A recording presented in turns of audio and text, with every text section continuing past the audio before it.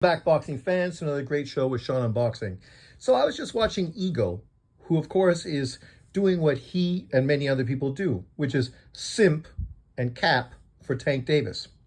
Literally doing a 4-hour show. I watched 5 minutes of him basically kissing Tank Davis's ass.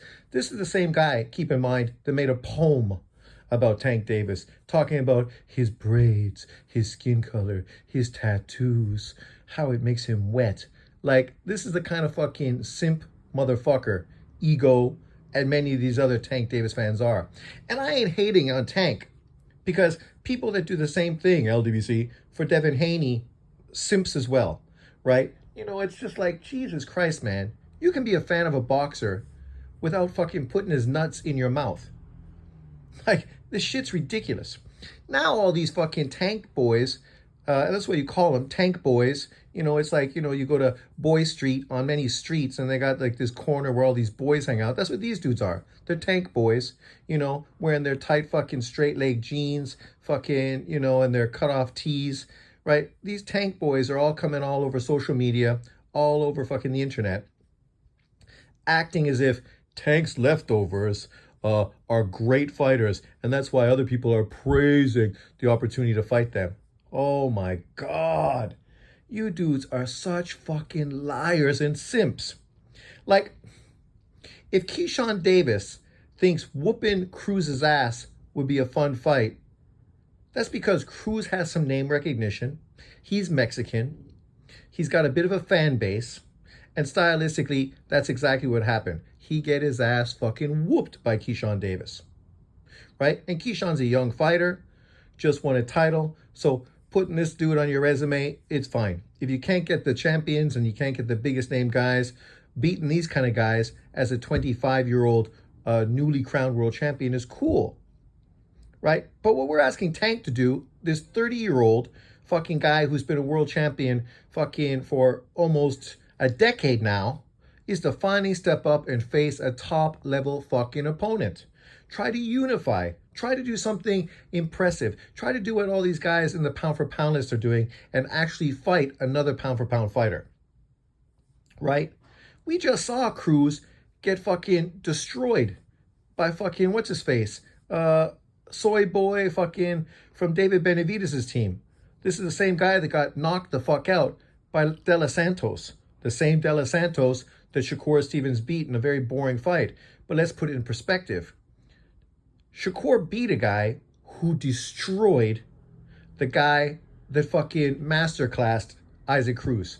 I mean, styles make fights, but put this shit all in perspective, right? Shakur gets no credit for beating a guy that destroyed Valenzuela, the same guy that made fucking Isaac Cruz look like one of the most one-dimensional fighters in the game of boxing, right?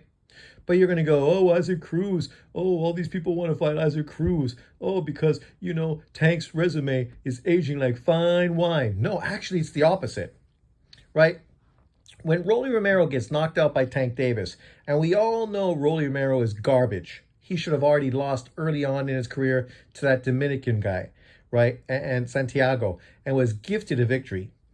Ends up getting a Tank Davis fight. Why? Because the Tank Davis fucking PBC Al Haymon are desperate to give him pay-per-view fights that they think somehow the general boxing public will be interested in. Everyone knows Rolly Romero is a loudmouth schnook that literally nobody likes. He's the equivalent of fucking the Latin version of Jake Paul. People just want to see him get knocked the fuck out. That's why that fight was made. The only reason Cruz got the fight is because they needed a replacement that was an in-house opponent. He'd already had a loss. God only knows who he lost to. Literally, I don't think anyone that's a Tank Davis fan that kisses fucking Cruz's ass all to fucking try to hype up Tank Davis's resume even know who beat Cruz. Let's put it that way. So then Rolly goes up to 140 pounds, where the WBA has been on fucking Al Haymon's nuts for years. And they allow this dude who just got knocked out a world title fight. He ends up getting gifted a decision to a 40-year-old Venezuelan fighter, where the ref stepped in and stopped the fight when Rolly was literally getting his ass beat and losing the fight, rescuing him and giving him the title, only to then get his ass destroyed by Isaac Cruz in his first fucking title defense. Then, of course, Isaac Cruz gets destroyed in his first title defense. This isn't because these fighters are great. It's because they're marginal, right? If you're going to build up Tank's resume by saying fighting a guy who was gifted a WBA fucking title that ended up getting beat by another guy who got that WBA title, who ended up getting beat up by another guy who got that WBA title, all of these guys literally fucking straight garbage, really, that would never end up winning any legitimate world titles of their own. Then you talk about the guys Tank Davis is pulling up from weight, which he's done ever since he was at 130 pounds. And he just continues to pull guys up now that he's at 135. And people are like, well, Tank Davis is really a 130-pound fighter. So him fighting 130-pounders, it's not really a big deal. It's only fair. Imagine if Lomachenko would have done that when he moved up to 135 pounds. Oh my God. You would never fucking hear the end of it. Literally, people still hate on Golovkin and Canelo Alvarez because they fought like a few fighters that came up in weight. I mean, Tank Davis has at least 5 or 6 fighters on his resume that he's pulled up in weight. Literally pulled up in weight. 5 or 6, maybe more. Right? And now we're going to make it sound like Garcia and somehow Lamont Roach are great fighters. The irony is Lamont Roach was easily beaten by Jamal Herring. The same Jamal Herring that Shakur Stevens fucking beat the shit out of. And we know if Shakur Stevens would have, say, pulled up Lamont Roach to 135 pounds to fight him for his WBC title, what these people would be saying. They would be calling him a cherry picker, pulling up a smaller fighter, bringing him up in weight, all because he's afraid to fight Tank Davis, blah-de, blah-de, blah-de, blah-de, blah. Right? But yet, of course, when Tank Davis does it, Shakur doesn't sell. Shakur's style is boring. Shakur doesn't have a big fan base. It's not a big fight. But which fight has Tank Davis had that was big outside of Ryan Garcia, a social media guy? Like, this is no different than Jake Paul fighting Mike Tyson. You know it's going to sell. You know it's going to make money. But how much credit are you going to give fucking Jake Paul for beating Mike Tyson? Fucking very little. How much money, praise are you going to give Tank Davis for beating Ryan Garcia? Fucking very little. Oh, but look what Ryan Garcia did to Devin Haney. Yeah. When he didn't have to fucking get drained in weight. When he could come in bigger, not even make weight, come in overweight for the fight, and also get tested fucking with steroids. Like, how many fucking things did this dude have in his favor, all to end up really not winning that fight, losing every single round where he didn't actually drop Devin Haney, which was 3 rounds, I think. If he wouldn't have dropped Devin Haney, he would have got fucking totally dominated in that fight. Dominated. Devin Haney was easily beating him. The only problem is Devin Haney couldn't adjust with the left hand, got hit fucking consistently by it, and hurt every time he got touched. Once again, nobody has ever said that Devin Haney is fucking one of the best fighters in history either. Sure, he's a good fighter with skills and obviously one of the better fighters in boxing. But there was a lot of questions about him historically as well. We often said he had no power and we didn't think he had much of a chin. So the fight turning out the way it did isn't that much of a surprise. You knew Ryan Garcia had the power, Devin Haney had the skills. And so the fight pretty much played out the way you could expect it to play out. The rematch will be interesting only because, of course, of the backstory involved with it, right? But as far as these guys fighting Tank Davis's leftovers, I mean, come on, man. I mean, Leo Santa Cruz has never done anything since he got knocked out by fucking Tank Davis. Basically, he was retired before he even took that fight. Rolly Romero is a straight-ass bum. The fact he's getting a Ryan Garcia fight is because everyone knows they're both shit talkers, and the fight will sell strictly because of that. Because you get fucking 2 shit talkers in the ring together, it's going to be great drama. And we know the American boxing fan loves drama, right? And that's the whole reason guys like Ego, Fannin, Knockout Boxing, the LDBC, and the rest of these guys continuous with the same shit. Because they're more focused on the drama than actually making fucking great fights in the sport of boxing. I mean, I don't mind Tank Davis fighting Lamont Roach, a pro box fighter. You can't fight Shakur because he doesn't sell enough, but you're going to fight a pro box fighter. A guy who literally fought for $75,000 on fucking Pro Box because he had no major promoter with him, because he's fucking not that good of a fighter. Only for Tank Davis to knock him out and then blow that out and make it sound as if somehow it's historical. Lamont Roach got a fucking mandatory with the WBA right now at 130 pounds that I guarantee you is going to beat him. But of course, he wouldn't have made nearly as much money to fight him as he's going to get to make fighting Tank Davis. So we understand why he's fighting Tank Davis. The question is, why is Tank Davis fighting fucking him? What's it going to prove? You fight this guy, and then who are you going to fight next?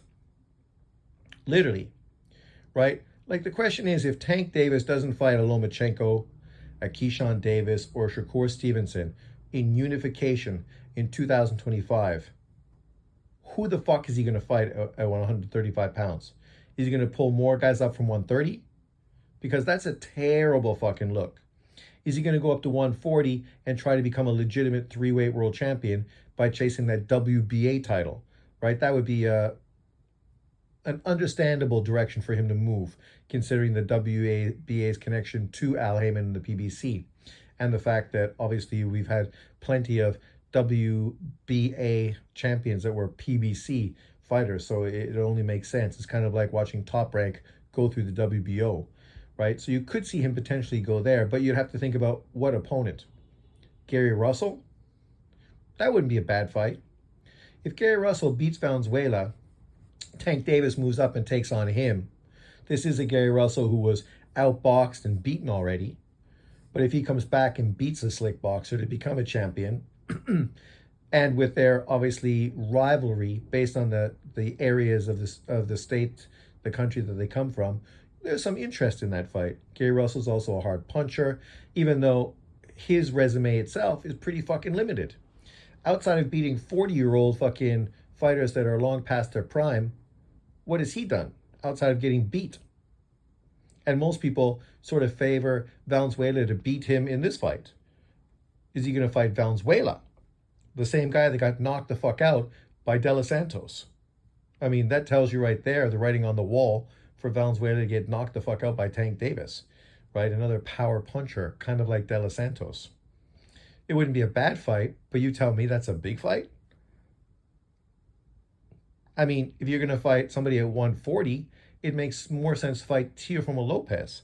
That fight would be a big fight, right? Or to fight Devin Haney at that weight class. That would be a big fight.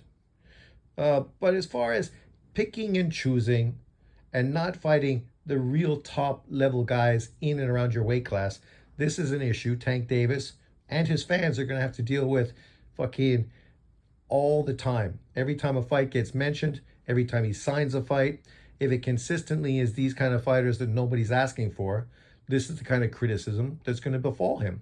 This isn't hate towards Tank Davis. It's the same criticism we have for everybody in the sport of boxing. When are you going to fight a legitimate opponent? When are you going to try to unify? When are you going to fight a guy who's fucking pound for pound quality like yourself? When are you going to prove your legacy, right? We just had Bivol and Beterbiev once again for the second time prove their legacy by fighting legitimate opponents, pound for pound top opponents, right? I mean, you can't make this shit up. This is legitimate.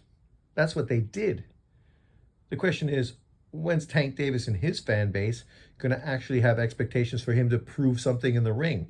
Not go out there and literally make videos capping and twisting stories and doing the same thing they did with Crawford and Spence, right? Trying to fucking downplay and dismiss Crawford, all the fucking hype up and fucking build up Spence, the same way they did with Floyd Mayweather and fucking Pacquiao, right? We don't need this kind of bullshit, fucking back and forth, fucking drama school bullshit. Because at the end of the day, we know these channels are only doing it so they get paid AdSense money on YouTube, right? Because if they were real ones, they wouldn't be pushing these roadblocks and these fucking excuses consistently, video after video after fucking video. They'd be saying, Tank, you better fucking fight Shakur next. We don't give a fuck about any other opponent. Just like we said, Pacquiao, Floyd, you better fucking fight each other next. We don't care about any more of this bullshit. After 8 years of fucking this back and forth, tennis match BS. And Errol Spence and Crawford, 5 years of the same shit. You mean we're going to have to wait that long for Shakur versus Tank? He already missed out on Lopez. He already missed out on Haney. It looked like he's missing out on Lomachenko. Keyshawn probably ain't going to be around that long in this weight class, so probably going to miss out on Keyshawn unless you fight him this year, which leaves you probably Shakur, who realistically is the guy who's most likely to stay in and around the same weight division as Tank Davis for the next 5 years. You could fight him now and potentially do what Bivol and Better B have done and actually rematch each other down the road. Doesn't have to be next. It could be a few fights afterwards, because fans would be satisfied if you take on that level of opposition. But these fucking channels like Ego and the rest of them, these dudes aren't real boxing fans. When you consistently are making excuses for why fights shouldn't happen, that tells you everything you need to know. I know John Boxing going to say, well, you didn't want Canelo Alvarez to fight David Benavidez. Literally, you never saw one video where I said I didn't want to see Canelo Alvarez fight David Benavidez. My point was Canelo can fight multiple different opponents. His next opponent doesn't have to be David Benavidez. He's already proven his career 10 times above Tank Davis. He's fought tons of unification fights. He's fought tons of pound-for-pound fighters. He's fought tons of elite quality opposition. All things Tank Davis has yet to do even one time. So comparing Tank Davis to Canelo is foolishness, because there is no comparison. None at all. But let me know what you think in the comment section below. Did you watch Ego's video? 4 hours, 5 minutes was more than enough, because I know the bullshit he's going to be pushing. But let me know what you think about this argument. I'm not trying to be a drama queen pushing this drama back and forth. I'm trying to hold Tank Davis' foot to the fire, right? If you want to be called a great fighter, then do something fucking great.